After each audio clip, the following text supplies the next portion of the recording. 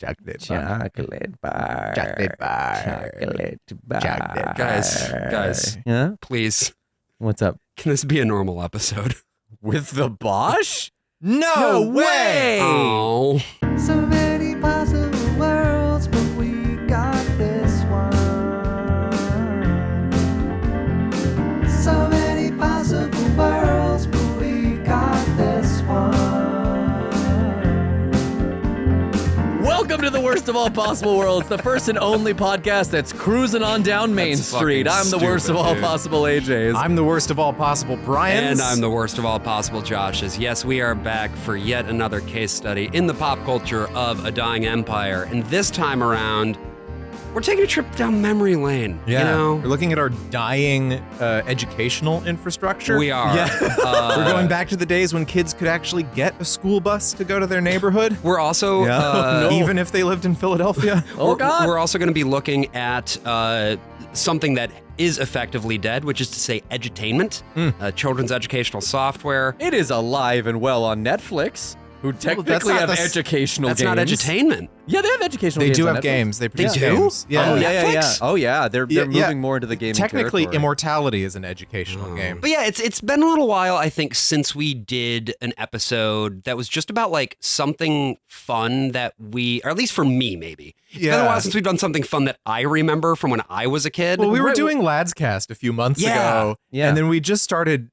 it was not in the notes or anything. No. And we just started going on a riff about like the stuff that we remembered from the PBS TV That's show right. Magic School Bus. That's right. Right. And specifically just how fucking awful Janet was. Horrible.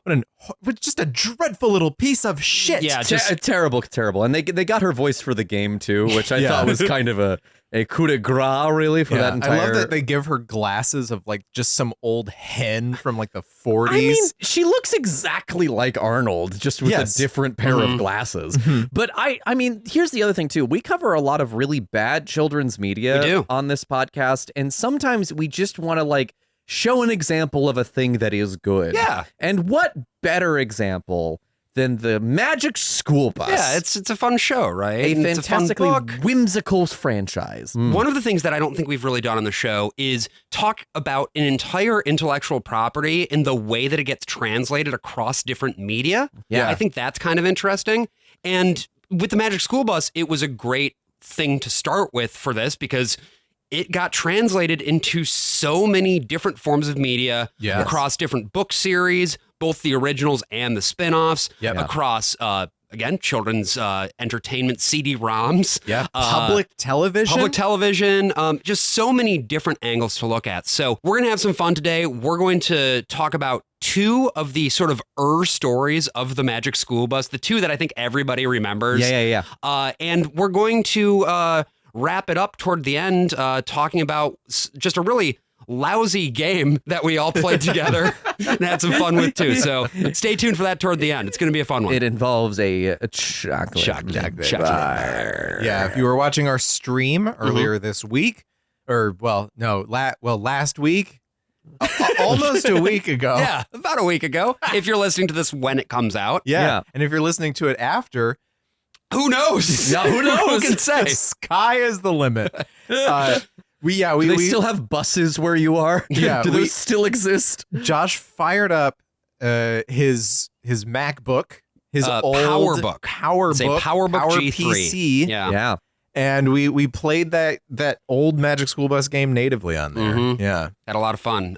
Well, I had a lot of fun. I don't know about you guys. I slowly lost my mind. I over the course of was 2 playing hours. a character throughout. Got so it. Okay. My own emotions are a mystery to all, even myself. But yeah, like Magic School Bus, right? Like, Yeah. Curious to hear. I certainly have my story about it, which I will tell, but I'm curious to hear from both of you what your experience was with the Magic School Bus growing up and what that looked like. I think it was kind of inescapable if you were in our generation to miss this show. Like, I mean, it was on PBS all the time. That's really where I saw it. There was an afternoon block. I think it went back to back with it, and Arthur is the one I remember PBS watching. was producing really pretty quality programming. Very They hell couldn't afford to do a 22 episode season. Right. And Arthur, I think even in late, because Arthur ran until quite recently. Yeah. They were putting out like 4 episode seasons by the end. Just Well, what they and- could. But it is traditional animation and it is well acted and it is put together by people who are interested in making something work. That's right. And I would say interested both from a craft perspective as well as an educational perspective. Both of those things are very much there. Yeah. I mean, my main experience with Magic School Bus was playing the Lost in Space game, which we will talk about a little later, even though there's really not a lot to talk about. Not a whole with lot it. of game there, yeah. I mean, that was what I sort of played on loop. I mean, beyond that, I don't really have a lot of association with Magic School Bus. I moved on from it pretty quickly, if I remember correctly, because I discovered that Recess existed, and I'm like, that really took the place of Magic School Bus, because a lot of the characters kind of resemble the characters in Magic School Bus. You mean a kid with a green shirt and a red hat? Yeah, turned on backwards or whatever. Because Ralphie really does look like TJ Detweiler, and so that was more formative to me than Magic School Bus. But I mean, you can't escape Miss Frizzle. She fucking rocks, man. I didn't realize that there were over 50 episodes of this show. Yeah. And I was looking through IMDb and looking at the episodes. And I was like, yep, seen this one, seen this one, seen this one. Read a few of the, I don't think we owned any of the Magic School Bus books. Maybe a little bit later getting it from a Scholastic book order thing. Oh, yeah. But they were definitely in stock at school. I remember reading those and definitely seeing the TV series. Yeah. And I played maybe one of the games. I didn't own it. And I played it at school. And it was for like not like a computer lab. It was like the computer that was in the classroom. The one when you'd have like your Mac or whatever. Your organized activities. And so it'd be like an hour, and then you get like 5 minutes to do the Geo Safari or the Math Blaster. And for the Zoomers listening to this, if you want to know what Geo Safari is, I'm not going to tell you. Look it up. Do your own research. You will never know. And then like you could play the Magic School Bus Rainforest game on the computer for like 5 minutes, which I think is actually what it's best suited for. Is very small computer lab segments. A lot of these edutainment games seem to have been designed for that. Absolutely. I grew up with like the Jumpstart games. So Jumpstart 3rd grade, 4th grade, 5th grade. My parents, there was a whole sort of taboo around video games at the time that if you put your kids in front of a screen for too long, it would actively make them dumber. Yeah. And so my mom was like, you can play these games, but they have to serve an educational purpose. You have to blast some math. You got to blast some math. And so this is what I thought video games were for a very long time, until I got my N64 when I was like 8 or 9 years old. And your IQ dropped by 20 points. Yeah, and then I got infinitely dumber. But you know, I was playing Myst. I was doing these games. Again, I played the shit out of Lost in Space, but it is it's so funny going back to play them now and being like, oh, there's nothing here. Yeah, this is a PowerPoint presentation. I mean, I think it's actually a Macromedia Director presentation. There you go. There's a lot of paint. A lot of these characters were made in paint. I think for me, it is the reason that I've been wanting to do this episode is that for me, Magic School Bus is just one of those things. I don't usually do the whole fucking cringe chuggy millennial like, oh my God, when I was a kid, Yeah, I'm right here, Josh. Only 90 kids. Only 90 children. 90 children. Remember the yak back. That's right. No, my favorite TNT show was the 90. But the Magic School Bus for me is one of those things where I just associate it so strongly and warmly with good memories of my childhood. That I felt like it would be a lot of fun to go back and take a look. In terms of like what that looked like for me when I was a kid, it was everything. So the whole suite. It was the full suite. We had all the books because, and this is the fun little thing that I've been excited to tell everybody about. My mom was a children's librarian who would dress up as Miss Frizzle and go to schools in character and go to events in character as Miss Frizzle. And one time, she did an event at a local bookstore in Grand Rapids, Michigan. Called Schuler? Called Pooh's Corner. Oh, lovely. And Pooh's Corner was a small children's bookshop. And one day, that bookshop hosted Joanna Cole and Bruce Degen, the author and illustrator of the Magic School Bus. And my mom showed up. She just showed up, just rambling. No, she I think got hired, or I don't know, maybe she fucking volunteered, but showed up as Miss Frizzle to the event. And I'm assuming she knew that they were going to be there. Yeah. Okay. I just like the idea of her coming in the door and being like, oh, shit. Oh, no. No, it was like Lily Tomlin's out back with a baseball bat. No, it's a whole publisher event. And actually, you mentioned Lily Tomlin, who's the voice of Miss Frizzle in the animated series. Yeah. The thing that my mom would always say when kids asked her why she didn't sound like on the TV show is she'd be like, well, they just hired somebody to play her on the TV show. That's really not good. Me. That's a voice actor. She was like, have you kids seen 9 to 5? It's her. The West Wing fans? Anyone? Was she on the West Wing? I'm pretty sure in later seasons. Yeah, hold on. All right. Well, you look that up. I just want to tell my favorite piece about this story, which is that we're getting a thumbs up from AJ. She was on the West Wing. Okay. Yes. Put down your pitchforks. It's been confirmed. At one point during the event, they walked up to her and were like, hey, we've seen a lot of people like do this dressing up as Miss Frizzle thing, but you're like actually really good at this. Oh, that's incredible. So my mom is technically an authorized Miss Frizzle impersonator. That's I guess amazing. I could say. You just see them like leaning over your mom's shoulder and like making the stop gesture to Lily Tomlin, who slowly puts away her iron knuckles. Well, and Lily Tomlin never did it a live action thing. She was strictly the voice. And we'll talk a bit more about her when we get to the TV show. But I just wanted to take a moment to talk specifically a bit more about the books, because this is where it all started. And I mentioned Joanna Cole and Bruce Degen. Mm-hmm. They, of course, are the co-creators. And just for a little bit of background about sort of what their whole deal is. Joanna Cole was born in Newark, New Jersey in 1944. She was raised in East Orange, New Jersey, and graduated from City College, New York, in 1967. And once she graduated, she basically began working as a school librarian. That was her first gig. And then moved over into the world of publishing, where she worked as an editor, got a good head around like what children's stories look like, what makes them tick, and began freelancing as a children's author herself in 1980. It was around this time that she really started getting published as a freelancer. And her first big hit was a book called Bony Legs. Now, I've never read this. Have either of you guys read this one? No, I was going down the list of her other books. I have not read any of them. Yeah. I can't. I mean, it is funny that the Bony Legs is actually based on me.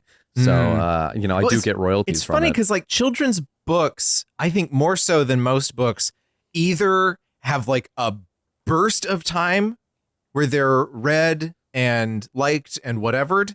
Yeah. And then they're gone in like a couple years. Yeah. Or they last for centuries. Yeah. Right. And like no in between. And especially educational books, sometimes things just become out of date. Mm-hmm. And sometimes, who knows? There are just trends that I think seem even more magnified when your audience is going to grow out of it in a year. Absolutely. Yeah, and it's also something that we're not necessarily tapped into much anymore because none of us have kids. But I remember like the last big children's book that I remember reading was I Want My Hat Back, because somebody said that was really funny. Yeah, I remember that came out when I was in college. It is really funny book. Great fucking really good book. Really good. I love children's I books need a little bit of murder in them. Well, my dangerous. Yeah. And the thing is, I don't know a great deal about the world of children's literature, but my mom is still a school librarian. So sure, you're tapped in a lot more than I'm kept up sort of at a bit of a distance. Yeah. Do kids still read The Stinky Cheese Man? I don't. I could ask. That was a friend of mine's uncle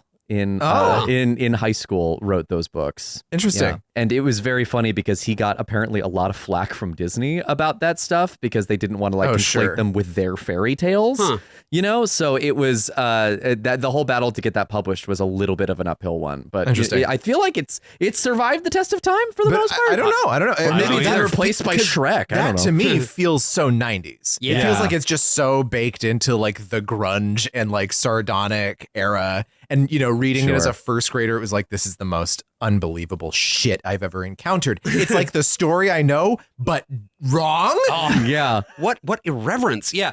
But I think the thing about Joanna Cole's writing, Joanna Cole's writing is actually, I think, pretty earnest. Yes, 100%. And that is such a big piece of what makes these books work and what sort of draws you to them. And with the publication of Bony Legs, she was now on the map. That was in 83. Yeah. And on the other side of things was an illustrator named Bruce Degen. Mm-hmm. Yeah. Now, Bruce was born in Brooklyn in 1945, came up painting from a very young age. Yeah, he was painting. He tells this story in the interview that we'll link, where he's like in 6th grade and he would just paint in the back. He'd get out of taking like math tests and stuff because his teacher was like, no, just let him paint. Let him paint, and because it's New York, he's able to go to an arts high school. Yeah, he went to LaGuardia, right? Yeah, and he's able to, and that's what he does. Yeah. He paints. That's just his whole life. I actually have a fun story about that. In high school, I was doing Crazy for You, and I was so exhausted that my teachers would let me sleep in certain classes because they came to see the show and they were like, yeah, you need to sleep because I think you might be dying. But it's like, again, superhero teachers, right? Who can recognize like this kid's artistry and put him on the map for it. And Bruce Degen himself would go on to be an art teacher. Hey! That was a piece of his whole thing. And his kids, one of his sons is also a painter, you know. He also wrote a little bit, like one of his first children's books is something that he wrote as well as illustrated. And we're going to talk about that in a second. Yeah. Because this painting experience, like he was as passionate about creating the art as he was about teaching other people and kids especially how they could unlock their own creativity. Right. He got his bachelor's from the Cooper Union. He got his master's from Pratt. So he really stayed in New York City. And his big breakthrough was a book called Jamberry. This was published by HarperCollins in 1982. Were either of you familiar with this book? No. I was familiar with the title. I don't think I've ever read it. Okay. This was another book that I had as a child in regular rotation. Okay, sure. There was also an audiobook version where it was a little song that they composed to it, and so you could flip through the book while you were listening to the tape. Okay, a lot of fun. Is this what? Oh, it was a tape that went along. It wasn't like one of those books that had the buttons on the side. No. I had those too. We had so many of those. No, it was like a full recorded, like sung through accompaniment. Okay. Right? The whole gist of it for Bruce Degen was he was upstate. And he was just kind of like walking around through the woods, and he realized that like there were so many berries that you could just forage for because they were just all over. Oh, sure. And then he had this idea of like, well, what if I just wrote this kind of silly little poem about different berries and what it looks like to go and, pick them and stuff like that. And then he realized after writing it, he had to turn around and make it into something visual. And that was what really unlocked it, because it was like, here are the words, but in order to make these words really mean something and to stick in a meaningful way and have it be more than just a little silly poem, I have to illustrate something that unlocks the imagination. And it's not about real berries, right? This is a sort of a nonsense poem. Yeah, Dr. exactly. Seuss, Exactly. T.S. Eliot kind of thing. Yeah. He did not keep kids from eating poisonous berries. Yeah, I think there's a canoe berry at some point. Yeah. Oh, okay. Sure. Is there like a little guy in it? Yeah, I think so. Okay. Is it a smaller berry? Well, there's a bear. That's the other thing. Is there's a bear who's going for berries. He wants his hat back. It's very cute. It's very, very cute. That was also a huge hit. And again, HarperCollins, that's one of the big ones. Yeah. And it was on their flagship imprint. And so now you've got basically two up and comers they are emerging talents in the world of children's literature. Right. And a guy named Craig Walker, who is an editor at Scholastic, which you'll remember published Bony Legs, Joanna Cole's big breakthrough. Yeah. He had this idea. In the 1980s, during the great era for picture book sales, we kept getting requests from teachers who were interested in seeing more books in the science category. So we had the breakthrough idea of putting curriculum science inside a story. I remembered as a child loving to go on field trips. So I thought about doing books about kids going on field trips to places they really couldn't, through a water system, to the bottom of the ocean, inside the earth. And I remembered an eccentric second grade teacher in my school who everyone thought was the best. She brought everything imaginable into her classroom, even a teepee, and had every corner, ledge, and windowsill filled with things. So that is where Miss Frizzle came from. So I'm curious at this point, did you guys have a teacher like this? Absolutely. I feel like Frizzle is like a very particular kind of teacher. Yeah. And I feel like the reason why these books are as successful as they are because everyone's had somebody like the Frizz. Mine was a guy named Mr. Cleary. When I was in third, he was my third and fourth grade teacher. He introduced me to like really loving books, I think. I mean, I'd always like read up until that point, but he would read, do an hour every afternoon where he would just read stuff to us. In my mind, he's related to Beverly Cleary. Like he's like, why don't you read these books by my aunt about a guy named Henry and a mouse named Ralph. Well, what was weird was because I grew up in very conservative Escondido, California, right? Yeah. And he was a hippie who had gone to Woodstock. Oh, hell yeah. And that was a big thing amongst all the kids. It's like, oh, Mr. Cleary like ran naked at Woodstock or whatever. Yeah. And he's like, I didn't really. And then I like that's like every kid like, oh yeah, the hippies, they were nude. Hey there, you are listening to a preview of a premium episode of The Worst of All Possible Worlds. If you'd like to listen to the rest of this, head on over to our Patreon. That's patreon.com/worstofall.